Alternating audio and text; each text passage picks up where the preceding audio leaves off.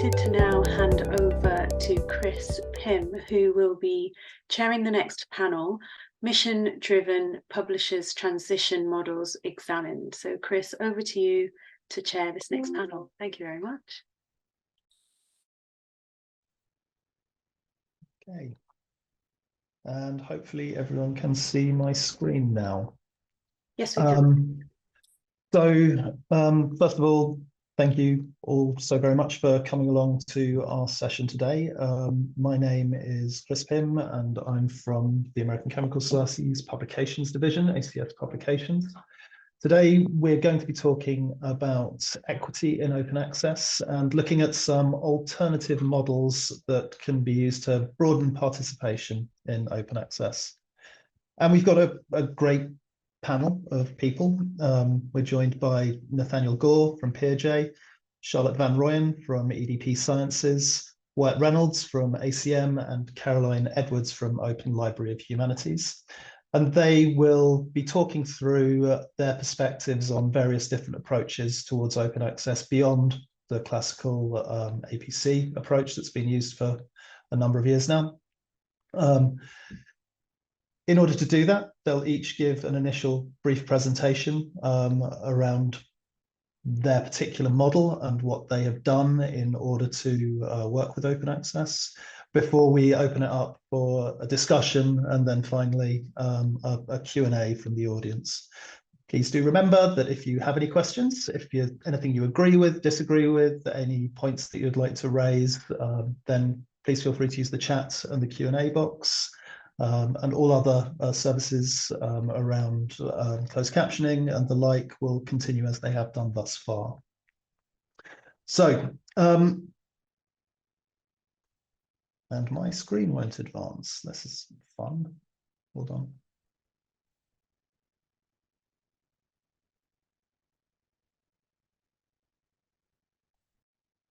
Okay. So hopefully the screen has advanced for everyone after being stuck for a second. Today's discussion really starts from the perspective that open access is growing rapidly and now accounts for about 50% of original research that's published in any given year.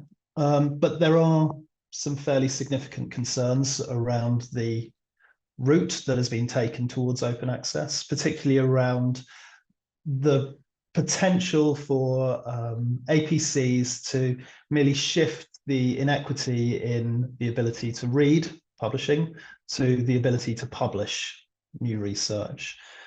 So there's obviously work that needs to be done both in the Global South, but also looking at unfunded and underfunded researchers in the developed, in the Global North as well.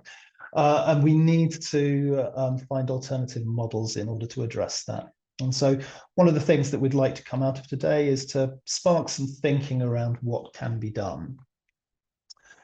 At ACS, at the start of this year, we we launched a new model we call the PUI model. This is aimed at primarily undergraduate institutions, and by that we would define an institution as a PUI if they didn't offer advanced degrees in sciences. And through this model, in exchange for subscribing to the complete package of ACS journals, they're then given unlimited open access publishing as part of the agreement. So it's a modified version of a classic read and publish agreement. As I say, it was introduced at the start of this year, and we're beginning to see that coming through. We now have 176 institutions signed up to this agreement last time I checked. And we've had over 40 articles published under that program to date. This is important because teaching universities may have researchers who are less likely to access grant funding that, for instance, would support APCs. But that's not to say that they're not carrying out excellent research that deserves to be published and deserves to be shared with the widest possible audience. So, as an example, that's what ACS is doing, but this is mostly to talk about our panelists. So at that point, I will hand over to Nathaniel Gore from PeerJ. Nathaniel, over to you. Thanks, Chris. Hopefully everyone can hear me okay. Thanks to ACS for organising the panel, and of course, thanks to OASPA for another great conference. As Chris mentioned, my name is Nathaniel Gore, and I am the Director of Communities at PeerJ. Could you move on the slide to the next slide, please, Chris? And I will start with a brief introduction to PeerJ. So PeerJ is a fully open access publisher. Everything we publish and have published since we launched in 2012 is open access. We publish peer-reviewed journals in life and environmental sciences, computer science, and chemistry. We are a commercial but mission-driven publishing company committed to removing barriers to choosing open access by embracing transparency, collaboration, and inclusivity, and rewarding users' contributions to peer review and open science. We seek to empower researchers to openly share their discoveries with the world. And we have always strived to provide high-quality, peer-reviewed open access publishing at as low a cost as possible. I think we have always been aware, and we've become increasingly aware, that the price of gold open access is perhaps the most significant barrier to broadening participation in open science. APCs as a standard model for OA has created an ever-growing impediment to an equitable landscape, and we feel it's preventing us moving towards a state where open access is not just about access to read, but access to participate in all aspects of scientific communication. We offer a number of alternatives to APCs at PeerJ, as well as a series of programs to reduce or remove barriers for our contributors. So I'm going to quickly try and run through these options. So if I can have, perfect, thank you. So I'll make the claim that PeerJ was ahead of our time when it comes to alternatives to APCs for gold open access, as when we launched 11 years ago, we launched with a non-APC model, something we call personal lifetime memberships. A personal lifetime membership is a one-time purchase, and it gives an individual lifetime publishing rights in our journals. They're available to any researcher, and the only requirement for an accepted article to be published is that all co-authors have a membership. This requirement is waived for authors in low-income countries and undergraduates, which means, for example, if all co-authors are in low-income countries, the requirement is automatically waived entirely, so there's no fee. We have always believed that personal lifetime memberships are a low-cost and more sustainable alternative to APCs. Any author can buy the right to publish an article per year for $499, and there's a tiered pricing up to 5 articles a year. They are a particularly viable option for independent scholars, and of course for labs and author groups who regularly publish together. Over the years that we've been publishing, we've seen some amazing networks established amongst author groups where 50 or more connected authors regularly publish together, all stemming from the first paper and those first authors' decision to choose a lifetime membership.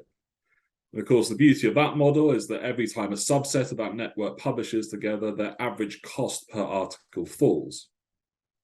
So since our launch, over 13,000 researchers have become lifetime members of PeerJ, but we were perhaps too far ahead of our time with this model. It's worth noting that for a number of reasons, I think there was some belief that it was too good an offer to be true. There were instances of funders not wanting to allow authors to use grants to pay for membership. And also, I think there's an inherent difficulty for authors to communicate the model to co-authors. We actually introduced APCs as an option in 2016. But we still see uptake of personal lifetime memberships, and we encourage authors to use them as a long-term and sustainable option, an alternative. If I can have the next slide, please, Chris. So our newest model, this was launched earlier this year, and it's called Annual Institutional Memberships, or AIMS.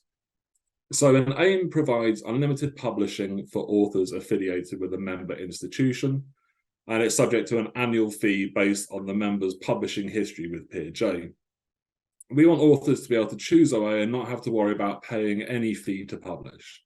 So with AIMS, they can be confident that if their institution is a member, when they submit, they will not have to face any fee to publish their article if it's accepted. We're also in this model trying to reduce the administrative overhead that has arisen for librarians and for funders and for authors dealing with article by article payments. We know this is costing time and money and dealing with invoices, and we want to save that money, free up that time for both librarians to pursue their other goals and for authors really to not have to spend time worrying about paying for publishing. AIMs are available to any institutions, so universities, funders around the world, and they start at just $2,000 for unlimited publishing. So we just launched this model in May with our first partner, the University of Bath. We've since welcomed 7 additional members, mainly in North America and the UK, but with many more to follow. And the response has been really positive. I think one of our partners described it very well when they said, AIMS works well for us for a few reasons. It allows us to predictably plan expenses for the year, doesn't require us to closely monitor funds, and doesn't create a situation where we may have to tell authors that the funds are already spent. This helps us promote open access publishing because we can confidently tell our authors that they can publish in PeerJ journals at no cost. So they're our first step, AIMS, towards our ultimate goal of collective action, where we want all of our journals to become fee-free for authors. As part of the introduction of this concept, it really lies in the renewal of an AIM. So when a member renews their membership after 12 months, if we find it would have been cheaper for them to have paid APCs, they can choose to either carry over the surplus to next year's membership or donate it to a global publishing fund for authors without the means to choose open access, thus supporting equity. If I can have the next slide, please. Thank you. So that future model of collective action will also be key to our soon-to-be launched new journal series, Open Advances, which from the outset are committed to be fee-free for authors. So this is obviously a key move towards equity by removing financial barriers and taking a step towards advancing open access from that idea of access for anyone to read content to access for anyone to participate in scientific communication. So it's really taking on a crucial responsibility of prioritizing research that tackles global challenges head on with an equitable approach that ensures that every researcher has an equal opportunity to contribute, at least by removing that barrier of finance and of payment for open access. So the editorial boards, which are currently being formed, will identify the most pressing questions in their community's field, and they will prioritize the peer review of those submissions they believe answer the question, provide answers to those questions.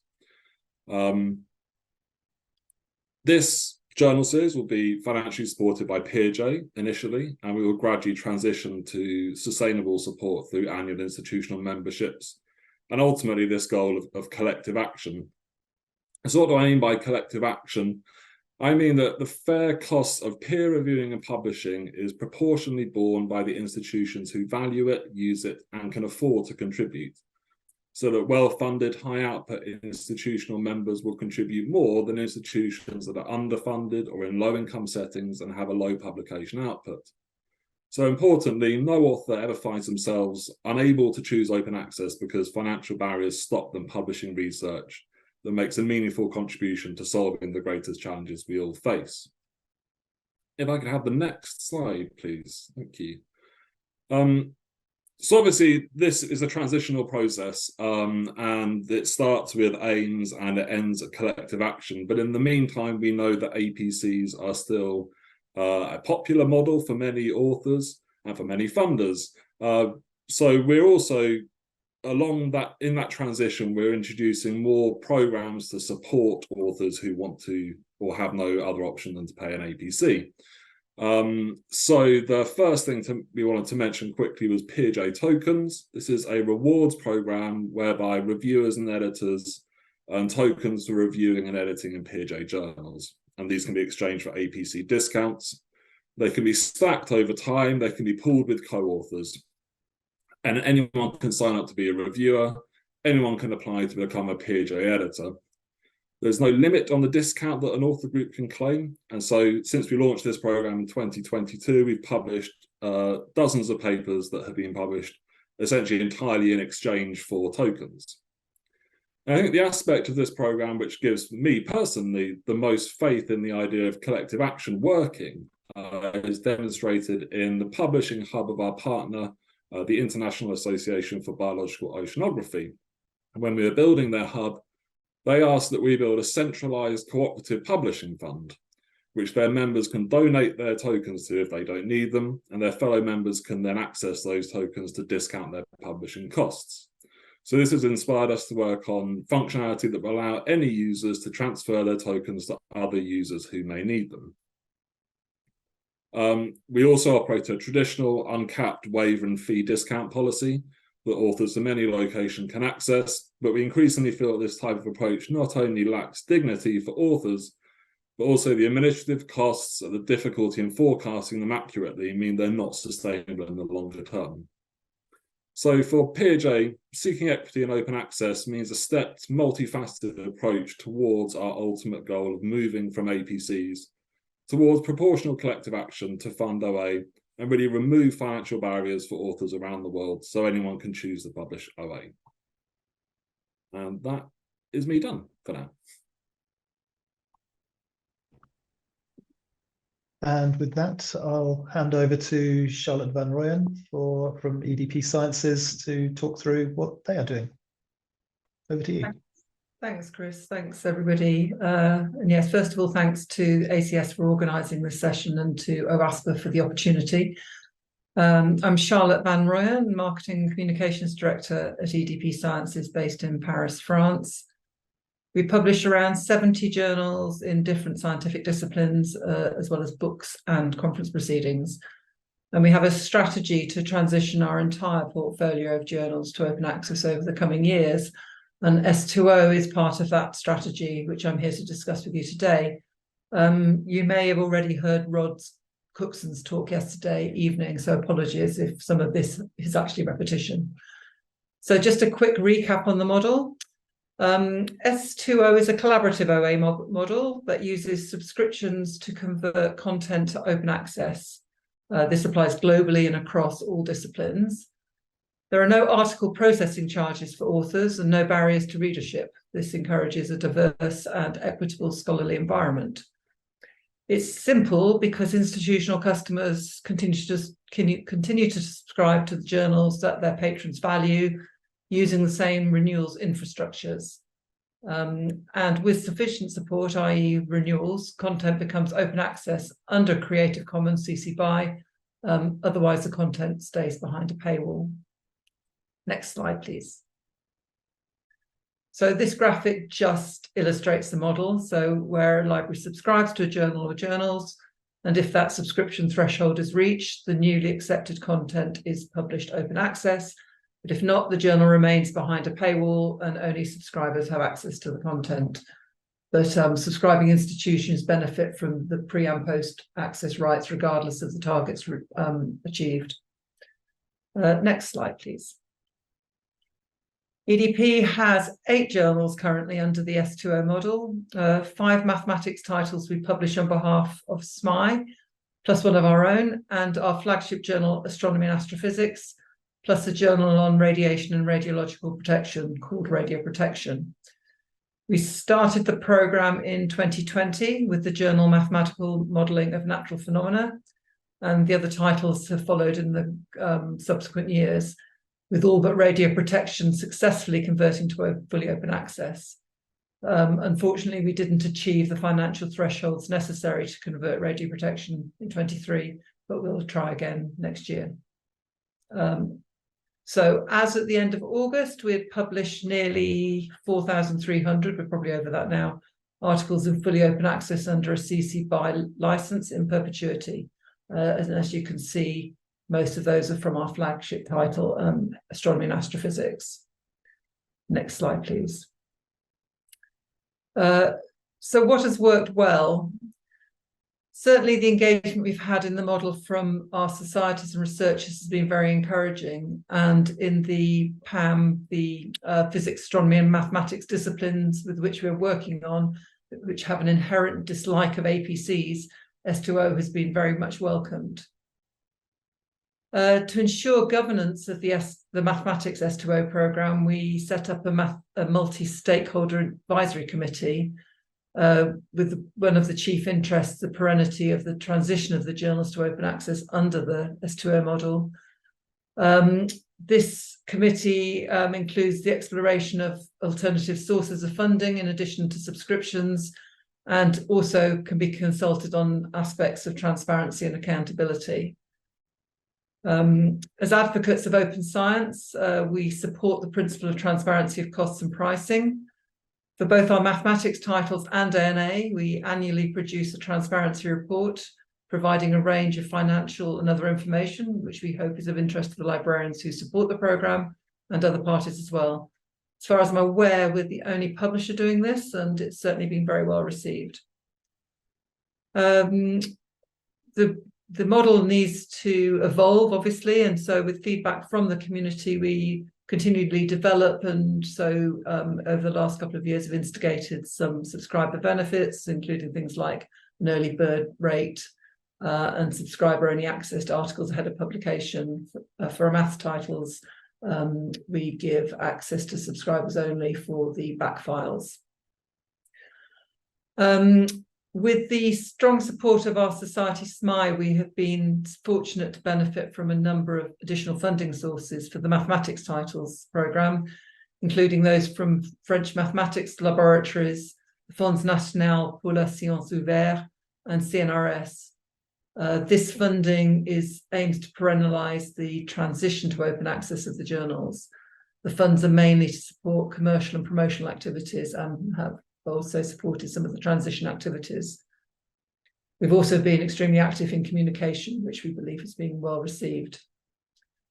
Things that haven't worked so well has been perhaps maintaining some of the subscriptions outside of key territories like the EU and the US, and it's been especially challenging in China and Eastern Europe.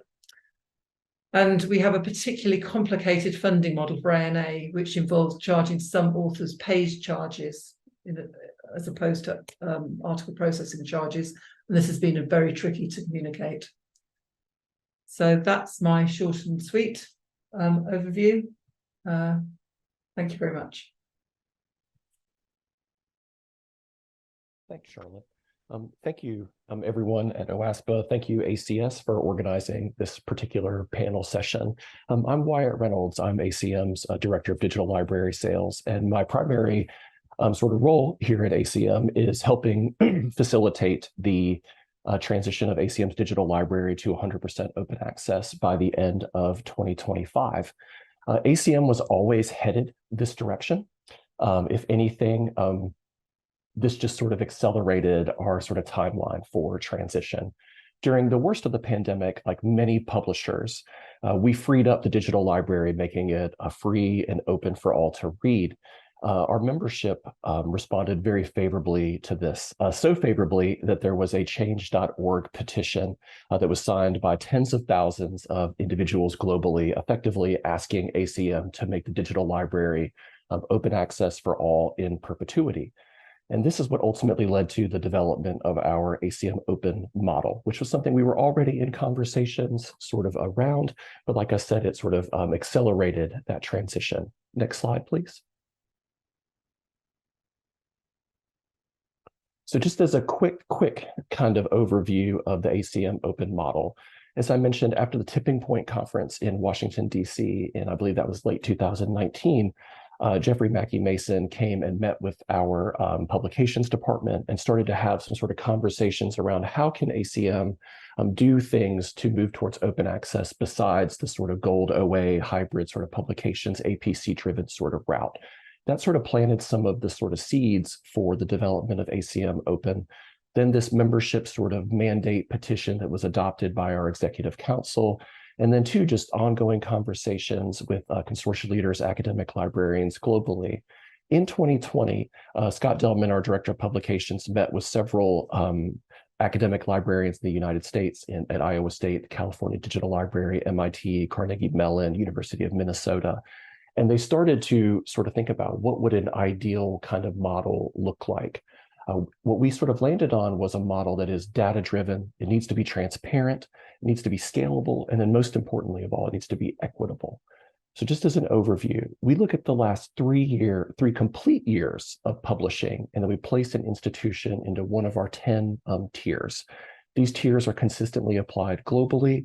We only look at papers from corresponding authors so that we're not kind of double counting kind of papers or articles. To sort of smooth that transition period, excuse me, both for the library and for ACM, we do require a 3-year agreement. But that said, we do fix the pricing for the length of the agreement, which kind of avoids some of those cost fluctuations that APC-driven models can kind of create. One of the things that's been kind of difficult sometimes to explain to the community is that we've completely decoupled our pricing from that historical traditional subscription spend.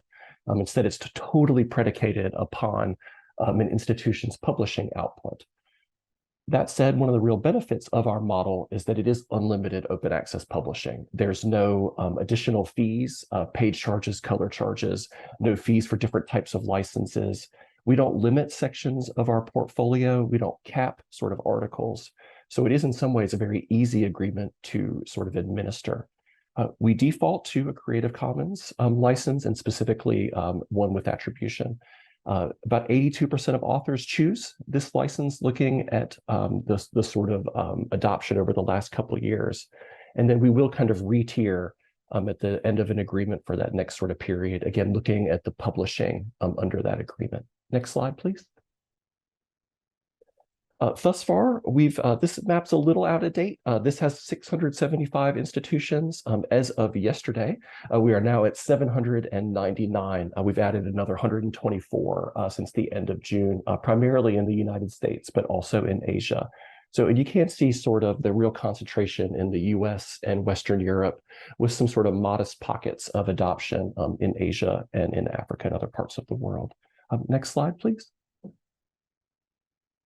Moving forward, ACM Open is our preferred path. It really has accelerated the growth of our open access publishing. We've experimented, as I mentioned at the top, with APC kind of models for about 10 years before the launch of ACM Open, about 9 years to be fair. And we sort of had stalled out at around 4 to 5% of our annual output was sort of funded via APCs. When we launched ACM Open back in 2020, we quickly doubled the amount of our open access output to 8%. 2021 saw us move to about 15%. In 2022, we landed at about a quarter of our annual output was published open access. And we're right on track now for about 33, 35, and we hope by year's end we'll be very close, hopefully, to 40%.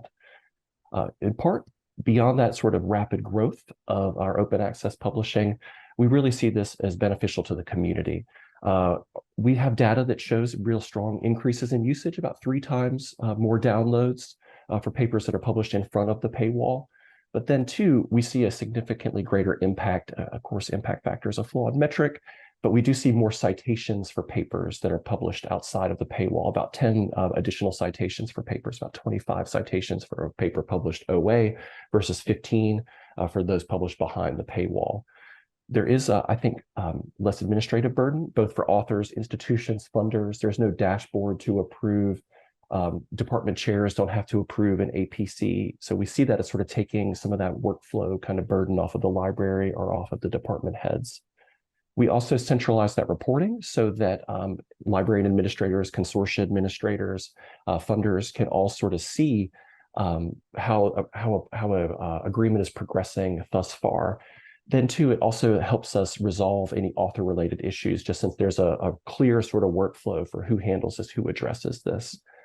But then too, every society has to respond to their membership. And as a member-led association, we see ACM Open as kind of most in line with the ethos of the computer sciences community, open source software, open data.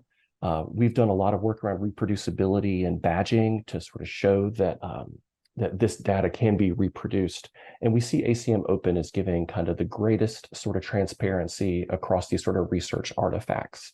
And then fundamentally, for our purposes today, because we're scaling this model globally, that an institution in Thailand would pay the same as an institution in Canada, who in turn would pay the same as an institution in the United Kingdom, we see this as removing the most barriers to publishing with ACM and to being the most sort of equitable path forward. Can we go to the next slide, please? I just want to mention a couple of things here because I think it will inform both this next slide and sort of some of the urgency that we're really feeling as we move towards our transition by the end of 2025. Our flagship publication will transition to open access later this fall, possibly as soon as next week. We'll begin a period, sort of a beta kind of dual running sort of period, but we're in the midst of a website redesign and it will relaunch as a fully open access publication. We're also transitioning our international conference proceeding series, which represents about 35% of the articles that we add to the digital library annually. That will begin to transition in 2024. This conference series has long been a mission-driven part of what ACM publishes. It's served it's global in nature, so it casts kind of a wide net. These conferences that occur sort of wherever we pick them up, capture them, and then add those papers to the digital library. It's long sort of served historically underrepresented groups and been sort of a means of kind of the good works that ACM sort of does on behalf of the membership. We are looking in 2025 to transition our journals program as well as part of our phased approach to open access. And we're targeting, like I said, at the very top, the full flip at the end of 2025. We anticipate that there will always be kind of a need for article processing charges. It does just sort of seem to be an established kind of business model, but we don't want to be reliant on it for numerous reasons. I think everyone's aware of some of the, I don't want to say perverse incentives for APCs, but let's say less than charitable incentives for APC-driven type of publishing is the primary route. So we want to kind of get to a point where we're at around 70 to 80% of our revenue generated via ACM Open, with the remainder kind of covered via article processing charges. Next slide. And then some of the questions that we're grappling with as we make this transition, and that this panel and this sort of conference has been really helpful in sort of framing our thinking, is how do we do this in a sustainable way? How do we do this transition in an equitable way? But how do we do it in a way that ensures we've transitioned our portfolio in perpetuity to open access? We reached a transformative agreement with Eiffel in the summer of 2022. We've also had several involved conversations with Research for Life, who's been really helpful in kind of framing our thinking. Actually, a paper that OASPA sort of posted to the conference hub around sort of the dignity piece of the impact of waivers, how that sort of dissuades authors from reaching out to publishers. One of the things we've done is we've proactively set up ACM Open for the Group A countries in Research for Life. So there's basically automatic open access for authors in these countries. They don't have to apply for a needs-based waiver.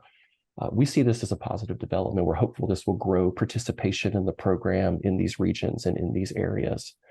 As a next step, one of the things that we're working on as we look at this flip for 2024 for the International Conference Proceeding Series, as we transition our flagship titles, as we look at our journals program, we are trying to articulate a comprehensive needs-based waiver policy, as well as a discount policy for APCs. We're really looking closely at independent researchers, at research that takes place at an institution that's not necessarily in STEM. For instance, in human-computer interactions, we have a lot of publishers from the psychology department. We have some publications that pick up a lot of that sort of overlap with philosophy or history of science, sort of humanities, social science kind of fields. There's not the sort of funding sort of in those areas. So we're trying to develop this sort of needs-based waiver policy, a discount policy that kind of accounts for these. And we're actively engaged in these conversations, continuing to converse with consortia leadership, with librarians across institutions, with funding bodies, and of course with our members, with our regional councils sort of globally, to make sure that we're trying to kind of capture as many authors as we can and remove as many barriers as we reasonably can to publishing with ACM while remaining sustainable. We don't claim to have all of the answers. That's been part of what's been really helpful about this panel and sort of thinking about hearing what other publishers are doing. There's still numerous ways to answer this question, a great deal of work ahead, but we're looking forward to that open future. Thank you so much. And with that, I will hand over to our last panelist, Caroline Edwards from Open Library of Humanities. Thank you, Chris. Hi, everybody. Thanks for having me. So I spoke about the Open Library of Humanities on a different panel yesterday, so hopefully I'll cover a different aspect of our project if anyone's attended both sessions. Who are we? Well, we are a scholar-led, not-for-profit academic publisher. We are based at Birkbeck, University of London in the UK. We started 10 years ago in 2013 as a scholar-led and community-owned project, specifically because of the problems of the unsustainability and unaffordability of APCs, as we've heard from colleagues speaking earlier. In the humanities disciplines in particular, we receive drastically less funding than our STEM colleagues. And so myself and my co-founder, Professor Martin Eve, as early career researchers, were just very conscious that APC-led gold open access wasn't going to work for our communities, but similarly that green self-archiving wasn't good enough. Next slide, please, Chris. So we built a publisher from scratch. We launched in 2015, so we have now been publishing for 8 years. We've won 3 major awards in that time, and we are a fully Diamond open access publisher. As I mentioned yesterday, when we first started, Diamond wasn't really a term widely used in the UK, so we were kind of gold APC free. But Diamond perhaps best describes what we do, since there are no article processing charges. So for us, equitable open access means that it is scholar-led and that it is not for profit. And so in that sense, we might be a little bit more political, perhaps, than some of the other business models that you're hearing described today. And we very much saw ourselves as part of a political movement to transform author behaviour. I'm an academic, my co-founder is an academic. And the reason that we had to emphasise that we've won awards, apart from being proud of our achievements, is actually that prestige still really matters in the journal publishing space, and it particularly matters for humanities scholars. So all of those issues and challenges that you encounter setting up a new publisher from scratch were things that we had to quickly adapt to. Next slide, please. Our mission then is to support and extend open access to scholarship in the humanities. And specifically for us, that means bringing journals back into community ownership. And it means developing our own not-for-profit publishing software. So day to day then we'll be publishing articles across our journals. We'll be developing our open source software amongst our own in-house tech team, which is currently 4 full-time permanent members of staff employed at OLH at Birkbeck. We also research new possibilities for scholarly communication, and we engage our community of librarians, editors, and researchers. So when we first launched, it was very much a multi-stakeholder led and organised project. We had a committee structure that helped us design the launch of the publisher. It took 2 years to design and launch as a publisher. And during that time, we received major funding from the Andrew W. Mellon Foundation. And more recently, we are re-establishing the governance structure of a library board that's just recently been confirmed, and a new technology board that will oversee the organisation of our platform, which I'll say a bit more about in a moment. Next slide, please. So we publish 31 Diamond open access journals in the humanities. That's as of January 2024. We have several currently in the processes of migration that are accepting article submissions for peer review, but haven't yet had the kind of publicity front-end launch. And that's an increase from just 7 journals when we first started. We publish currently around 500 articles a year, and we think that our total number of article publications since 2015 is around 2,000. The reason that I'm cautious about that figure is that part of the job of flipping journals from subscription access commercial publishers over to us is that we end up then having taking on and archiving all of their back content. So it's quite hard for us to get accurate data around how many articles we have published ourselves. Some of our journals were set up in the 1950s. We've got two long-running society journals that were set up in the 1950s. So obviously migrating such a large amount of back content is not without its own challenges, which I'll say a bit more about at the end.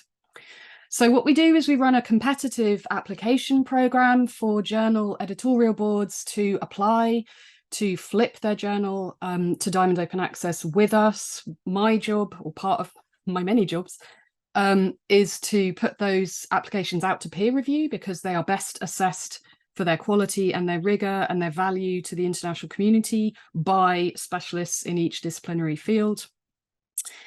In addition to publishing our own journals that are kind of OLH branded, we developed our own software on a platform called Janeway.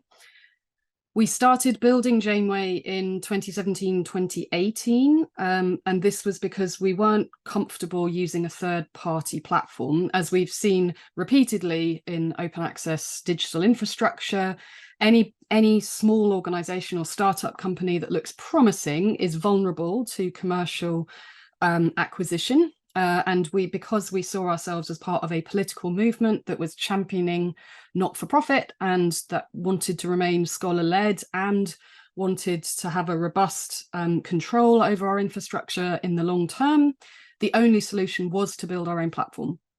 Janeway is completely open source, and more than that, it is licensed under a copyleft license, which means that anybody is free to use our code, anybody is free to modify our code, so long as they then release those modifications similarly under open source. So rather than, as we've seen with products like open journal systems, where code can be modified and then sold back as a commercial product by another service provider, that's not possible with Janeway. It's hard to know exactly how many journals use Janeway, precisely because it's out there, as we say, in the wild, but we think it's in excess of 200. And more recently, we've started our own hosted service for university presses and other publishers. So right now, some of our larger, better known clients include the California Digital Library with a preprint server run on Janeway, UCL Press, the University of Michigan Press, Iowa State Digital Press, the Society for Clinical Data Management, and the University of Arizona Libraries. And we've only been offering this hosted service really for the last 3 years. So we're seeing a rapid expansion of interest in our hosted service. So I would suggest that Janeway is very quickly becoming one of the top 2 or 3 platforms of choice for open access publishers. Which is interesting for us too, because it's changed how we organise ourselves at OLH.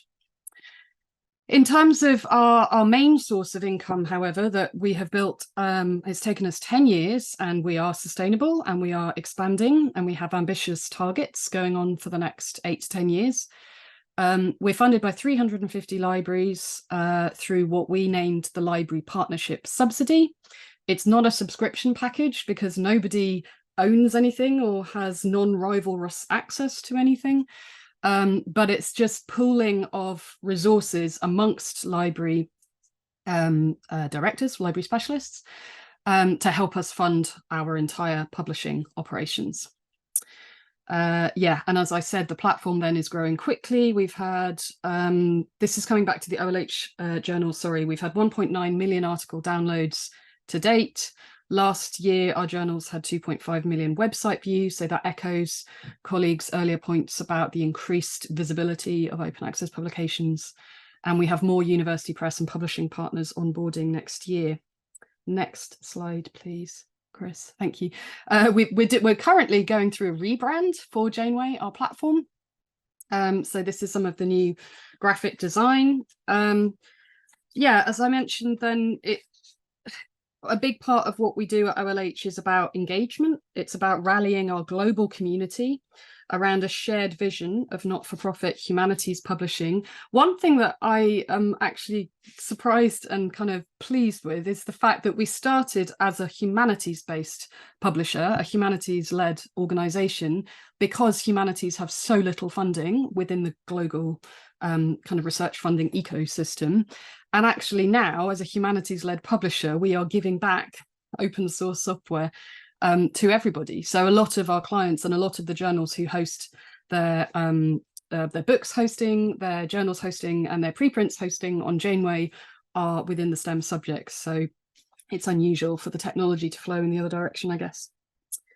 Okay, I think maybe I'm coming up to my last slide or two, Chris. Thank you. Oh, can you click a few times just in case there's animations in here? Yeah, sorry, I thought I'd removed them. Do you mind just clicking until the end?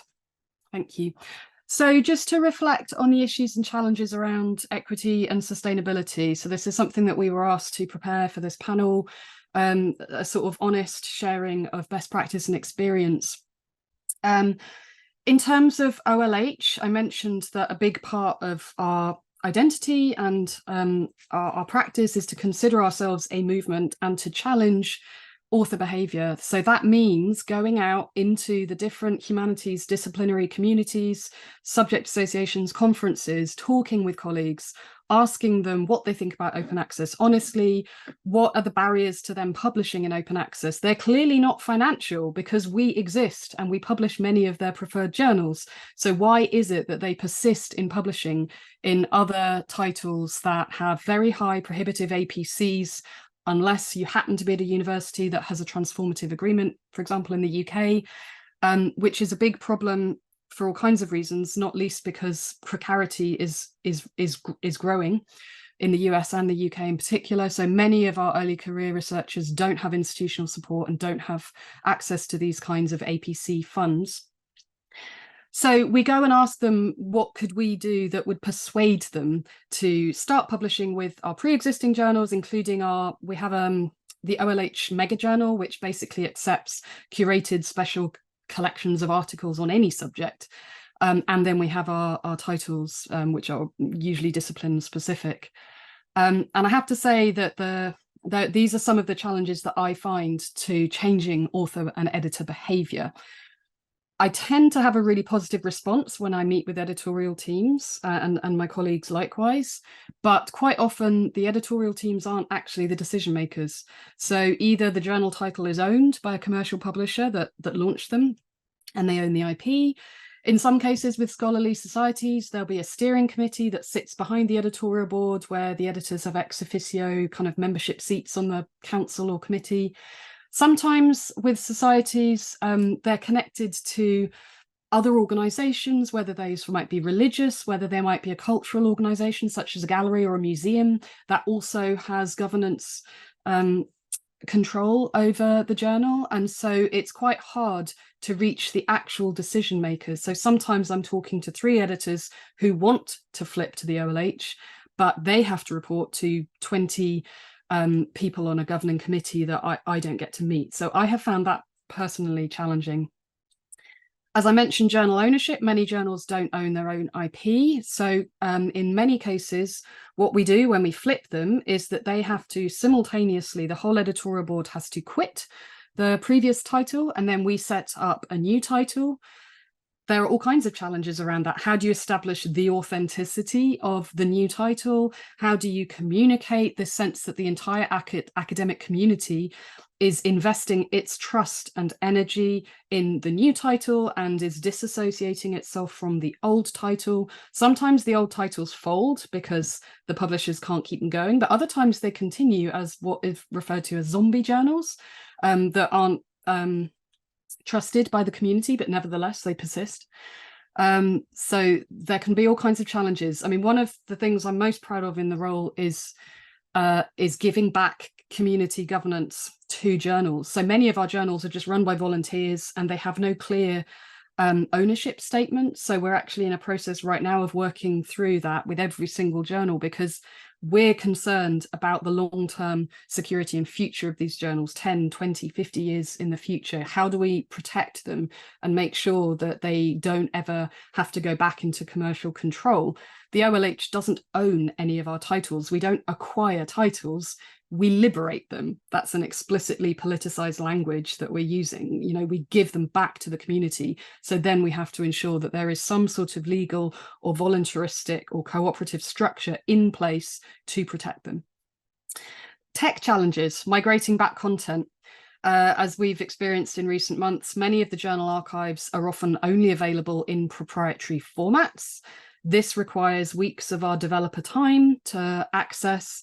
They have to write new programs to scrape the data that they need and get access to it. Obviously, commercial publishers don't want to help us because we're taking journals from them. So we have to build in time.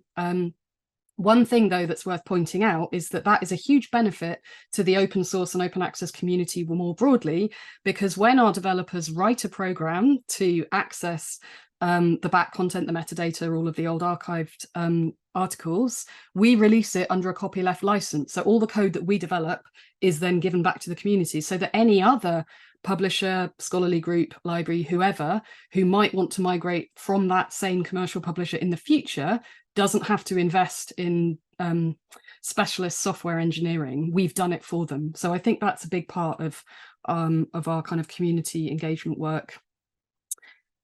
And then finally, managing academic expectations. We're 8 years old as a publisher. You know, when we're up against university presses that have been around for hundreds of years, obviously we are a newcomer. And one of the things I find perhaps most difficult on a day-to-day basis dealing with our journals is people who have worked for years in a commercial environment with commercial providers means that they expect particular levels of service. I'm thinking here of things like the fact that you know, commercial publishers will take care of your conference organization. You know, they will have funds for sales and marketing budgets. They will be able to take care of other costs for you. They might provide you with editorial assistant funding to get a copy editor in or whatever it is. These are things that we can't afford as a not-for-profit scholar-led organization. And I suspect other Diamond open access publishers who are small scale with small teams similarly can't afford them. So one of the things that I'd really like to work on, I think in the coming year or two, would be closer collaboration with other Diamond publishers. It's all well and good, you know, being equitable and sustainable in the sense that you publish Diamond open access, but it's not much help if we can't actually change editorial and academic expectations. And that, I think, is the real challenge. Thank you very much.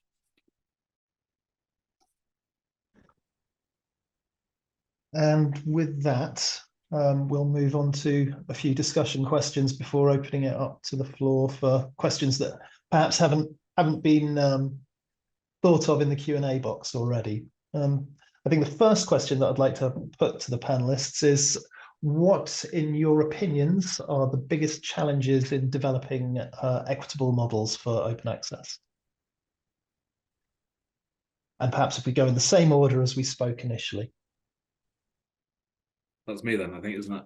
Yeah. I would say, you know, I mean, firstly, I think the first challenge is really understanding the extremes of inequity that we have seen become entrenched in this in our industry. I think, you know, when you're talking about a world where an APC can be more than $10,000, and yet, as we heard, you know, I think in the very first session of this conference, you know, that is a salary, that is a lab budget for a year in many parts of the world. You kind of, you know, it's ironic that open access that was designed for the betterment of society has managed to kind of embed such inequity into its most common business model. So I think, you know, it's recognizing that inequity, it's understanding that any change is going to be difficult. We're already, you know, to I think quote someone else in the conference, you know, we're always 5 years away from being fully OA, and now we're needing to already change that business model. And I think, you know, we have to do that. We have to accept it's going to be difficult. We have seen careers, companies, entire systems built to manage APCs, and so we have to convince people that, you know, this model may work for you, but it's fundamentally damaging and detrimental. You know, I think I always think there are many parallels to APCs with, we see the dependency on kind of fossil fuels, and, you know, we need to make sure that people are willing to move away from something they've become used to. I think lastly, I'd say that, you know, it's really about understanding that much like subscription publishers can't just flip a switch and become OA overnight, we can't just flip a switch and, you know, for established publishers who for whom APCs is a really big revenue source, we cannot just switch immediately. So for us, it's been about finding a stepped model, about a way that we can kind of support people who still choose APCs, that we can reduce them whilst at the same time finding these alternatives and kind of getting people on board with them. You have to kind of trust that others hold those same core beliefs as you, and that they will support you going forward. And I think that's really kind of key. I noticed one question in the Q&A about what we think of other people's model, and I actually think for us at PeerJ, and I think for many others, OLH have kind of shown that these things are possible. There are alternatives to APCs that can be really successful. So I think it's trusting that and realizing that we have to consider the commercial value of these decisions. We still have to survive and thrive as publishers and do the right things, but that really, we have to make sure that everyone comes along with on the ride with us, I think. So that's kind of, I think the challenge is accepting it's going to be difficult, but accepting that people will be there to support you along the way. And perhaps then looking at the subscribe to open model, Charlotte, what have been the biggest challenges that you've had there?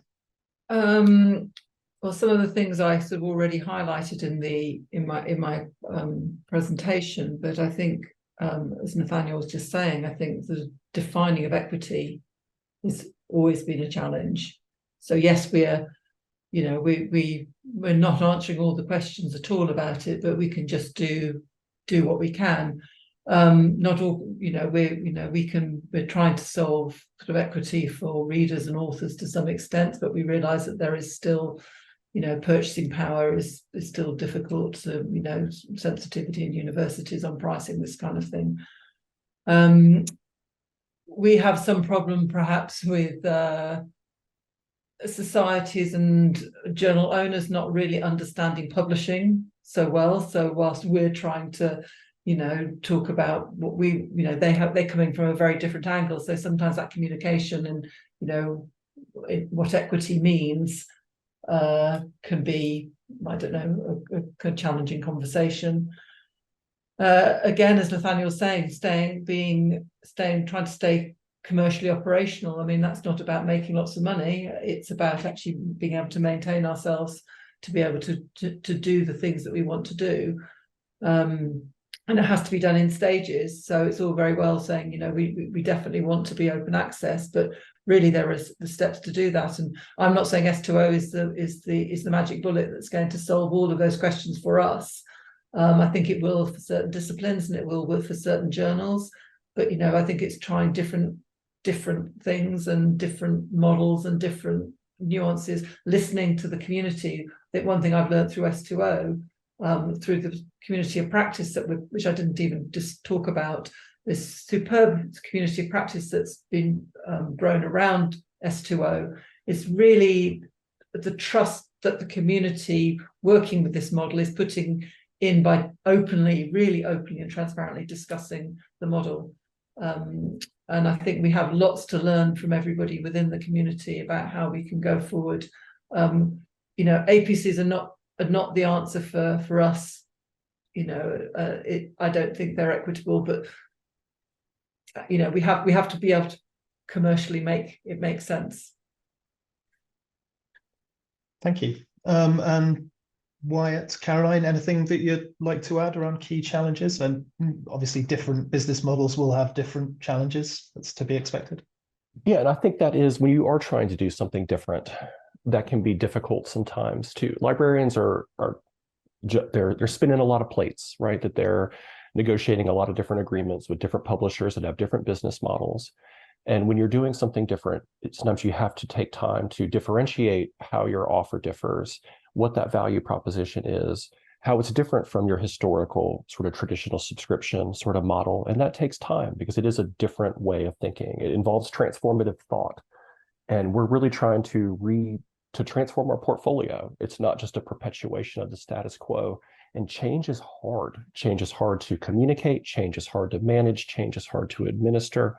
And I think that's really one of the largest challenges we have, is that our model is wholly transformative, And I think that's different from some other established kind of legacy models, both on this panel and just sort of in the larger sort of scholarly communication community. And that takes, librarians have to be patient, listen to what you're saying, and not every librarian has the bandwidth at the time to really sort of understand. And frankly, there's probably things that I could do better, that my team could do better, sort of framing these sort of models and explaining and defending and showing that sort of underlying kind of data behind it. But I think ultimately the great challenge that we face is around communicating around change in such a way that we can really scale this in a way that's sustainable for ourselves and for the scholarly communications community too. Thank you. Yeah, I'm going to respectfully disagree with Wyatt. I don't think librarians have to be patient. I think they've been advocating for open access for long enough. I think one of the larger problems here is that academics have not helped their librarian colleagues. I say that fully occupying the subjectivity of an academic myself. Academics are very much protected from the realities of publishing and what happens behind the curtain, as it were, after they make a decision about their preferred title. They really have very little idea what goes on. I mean, I agree with Charlotte. They don't understand a lot to do with academic publishing, but that is precisely why we have targeted our academic communities. When my colleague Martin Eve was doing the lectures, he was going around giving lectures at places like UKSG and other library conferences in the early 2010s, and librarians were begging him to start communicating that message back into his academic communities, particularly given that he had computer coding skills, which is partly how we ended up with Janeway as our own platform. I'm also going to respectfully diverge slightly from Charlotte's other point about commercial viability. I mean, if there's one thing that the OLH has proven in its short lifespan to date, it is to raise the question, why is it so expensive to publish high quality, leading cutting edge technology, the best robust standards of archiving, of metadata presentation, of machine readable formats like XML alongside your HTML and your PDFs? I'm negotiating with publishers myself regularly, and I'm finding out that for every article that we cost internally, it costs us about £150 to produce one of our articles to the same standard as theirs, and they're charging in excess of £1,000 internally. That's how they cost it. I mean, externally, the APC will be anywhere up to about £2,500, £3,000. You've got to ask, where does the money go? And I'd like, a clearer answer on where that money goes, because that's money that's stolen out of our academic system. That's money that doesn't go to my PhD students for funding, and it sure as hell doesn't go into our classrooms for new technology. I know this is a larger systemic problem, but the problems with open access publishing and the broken APC serials crisis are an integral part of the broader problems within our university sector. And I see the reality of that every day as a scholar, as a mentor, as a teacher. Okay, thank you. Moving on to another question, and perhaps one that has taken up a lot of time amongst funders and OA advocates over recent years. What can be done to foster geographic equity? And I'll start with, I'll flip it this time, and Caroline, perhaps if you could give your thoughts. Yeah, it's a very good question. I mean, perhaps like others on the panel, our library partnership subsidy network is primarily supported by libraries in the US, in the UK and Europe. So there's obviously a lot more work we need to do to find support elsewhere.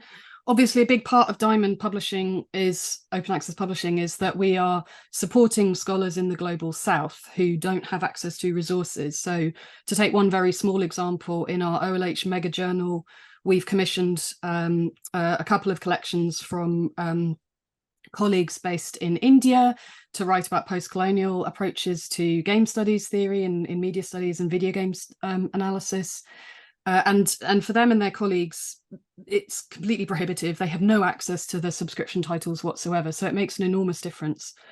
Another thing that we've been doing, and we've tried this really hard since the start, and it is hard going, is multi-language publishing. So we have journals that publish in English, French, and German. We have a German language journal. We have had Spanish language collections and German language collections within our main OLH mega journal title, but there's still a lot more we could do. I mean, years ago, I was setting up editorial structures for French, German, and Spanish editors, and it is an enormous amount of work. So yeah, there's still a lot more work to be done there, I think.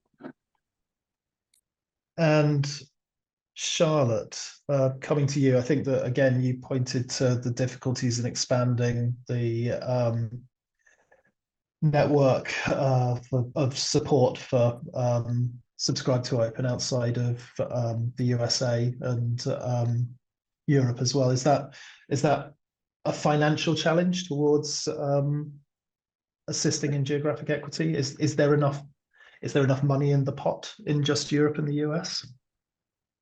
I mean, that's where our core subscriber base has tended to be.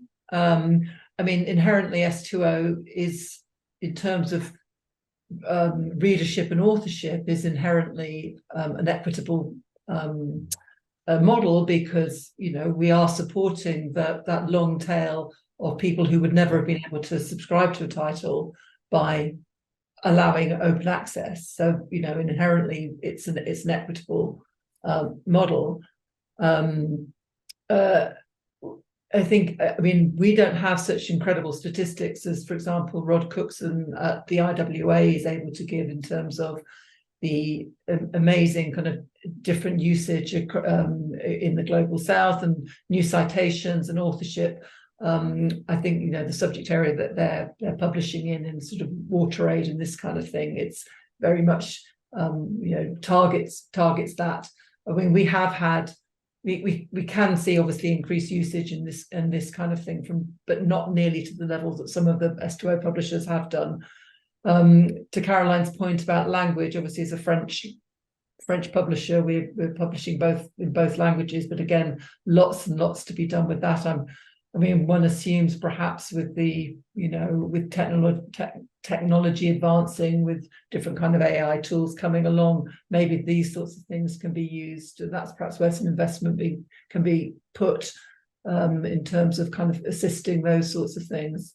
In terms of the subscription reticence sometimes from some countries, I don't know. I think some of it's just an element of free riding. We're given all sorts of numbers of excuses why people can't subscribe, from not being able to subscribe to what is already free, despite the, you know, it's an existential argument we have with people about kind of what the model is.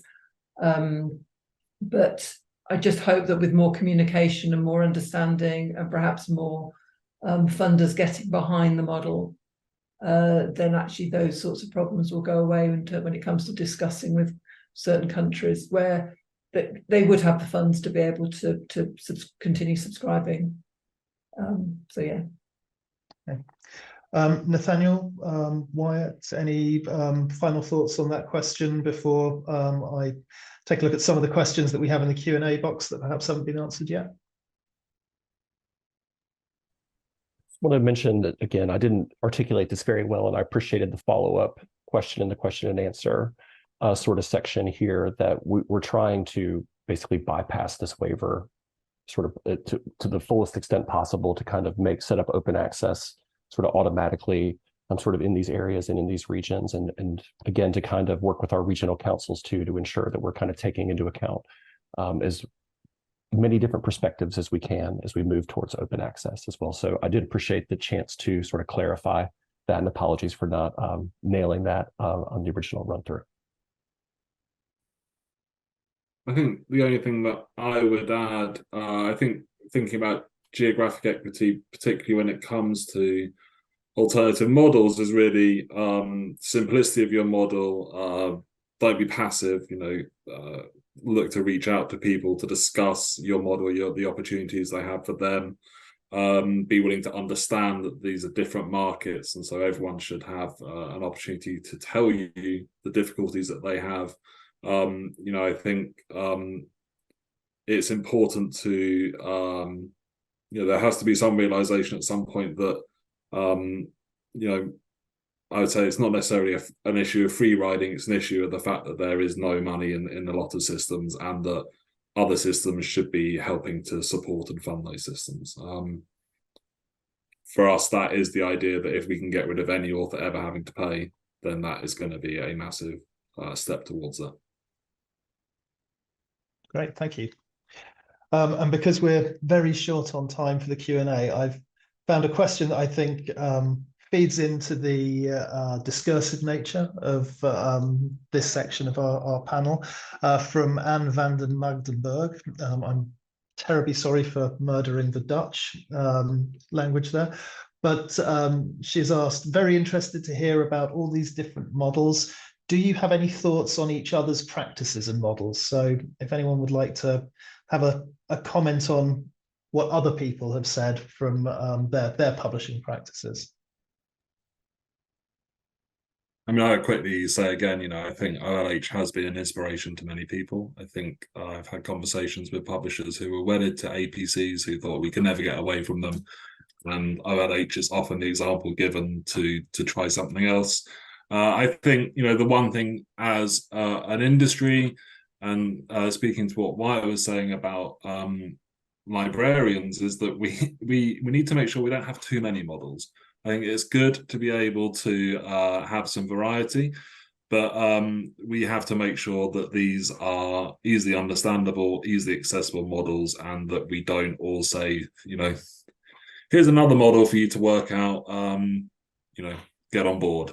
So I think at some point as publishers, we have to kind of trend towards a similar, if not the same model, just with the variations that are necessary for our own our own companies. I think that is eminently sensible. Would anyone else like to comment on that? I'll take that as a no. So we've got about 3 minutes left, so I will just quickly look through the question box.